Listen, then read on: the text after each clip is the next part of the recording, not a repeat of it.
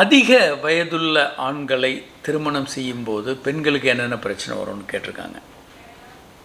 ஆண்களுக்கு வயது ரொம்ப அதிகமாக இருந்தது அப்படின்னா, ஒன்று உறவுகளில் பிரச்சனையே வரும். ஏன்னா அவர் பெரிய போஸ்ட்டில் இருக்கலாம், நிறைய சம்பாதிக்கலாம். நீங்கள் வயது குறைவாக இருப்பீங்க, உங்களுடைய சம்பாத்தியம் அதெல்லாம் கம்மியாக இருக்கலாம். நம்பர் 1. அது இந்தியா போன்ற நாடுகளில் பெரிய பிரச்சனை ஆகிறதில்ல. ஆனால் இப்போ பிரச்சனை ஆகிட்டு இருக்கு. ஐடியில் 2 பேரும் வேலை செய்யும்போது இந்த பிரச்சனைகள் நிறைய வருது. 2வது, அவர் ரொம்ப வயதானவராக இருக்கும்போது உங்களை சின்ன குழந்தை மாதிரி நடத்தலாம். அவர் சமமாக, மனைவினா 50% பார்ட்னர், முடிவுகளில் 2 பேரும் சமமாக எடுக்கணும், அப்படி இருக்காது. வயதானவர் அவர் முடிவுகள் எடுப்பாங்க, நீங்கள் அது கட்டுப்பட்டு போகணும், உனக்கு ஒன்றும் தெரியாதுன்னு சொல்லி பைபாஸ் பண்ணிட்டு போயிட்டே இருப்பாங்க. சமமாக நடத்தலைன்ற பிரச்சனைகள் வரும். உறவில் முடிவுகள் சேர்ந்து எடுக்கிறது இல்லை, அந்த மாதிரி பிரச்சனைகள் வரலாம். 3வதாக செக்ஸில் என்ன பிரச்சனை வரும் அப்படின்னா, ஒரு 40-50 வயது ஒரு ஆண் அடையும் போது செக்ஸில் ஆர்வம் ரொம்ப குறைஞ்சிரும். தாம்பத்திய உறவு மாதத்துக்கு ஒரு 4 முறை 5 முறை அந்த மாதிரி அளவுக்கு சுருங்கலாம்.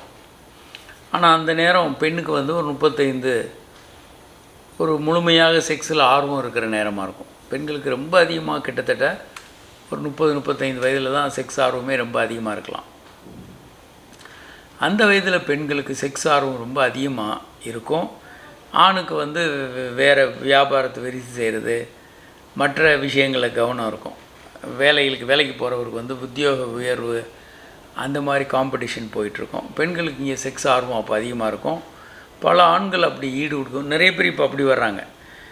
திருமணம் ஆகும்போது ஆண்கள் ரொம்ப வலியுறுத்துறது, பெண்கள் ஆர்வம் கம்மியாக இருக்கிறது.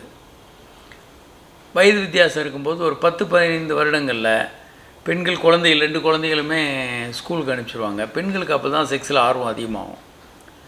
ஆண்கள் கிட்டத்தட்ட 50 வயசுக்கிட்ட வந்திருப்பாங்க, செக்ஸ் ஆர்வம் ரொம்ப குறைவாக இருக்கும். வேலை ரொம்ப வேலைன்னு அலைஞ்சிட்ருப்பாங்க. இந்த முரண்பாடு, சிக்கல், சண்டைகள் எல்லாம் வர்றதை பார்க்குறோம். அப்படி வந்தால் நீங்கள் அதில் நல்ல மருந்துகள், மாத்திரைகள், ட்ரீட்மெண்ட்லாம் இருக்குது, எடுத்துக்கிட்டு உங்கள் மனைவியினுடைய திருப்தியை முக்கியமாக கருதுங்க. ஒரு பக்கம் வேலை, பிஸ்னஸ் எல்லாம் இருந்தாலும்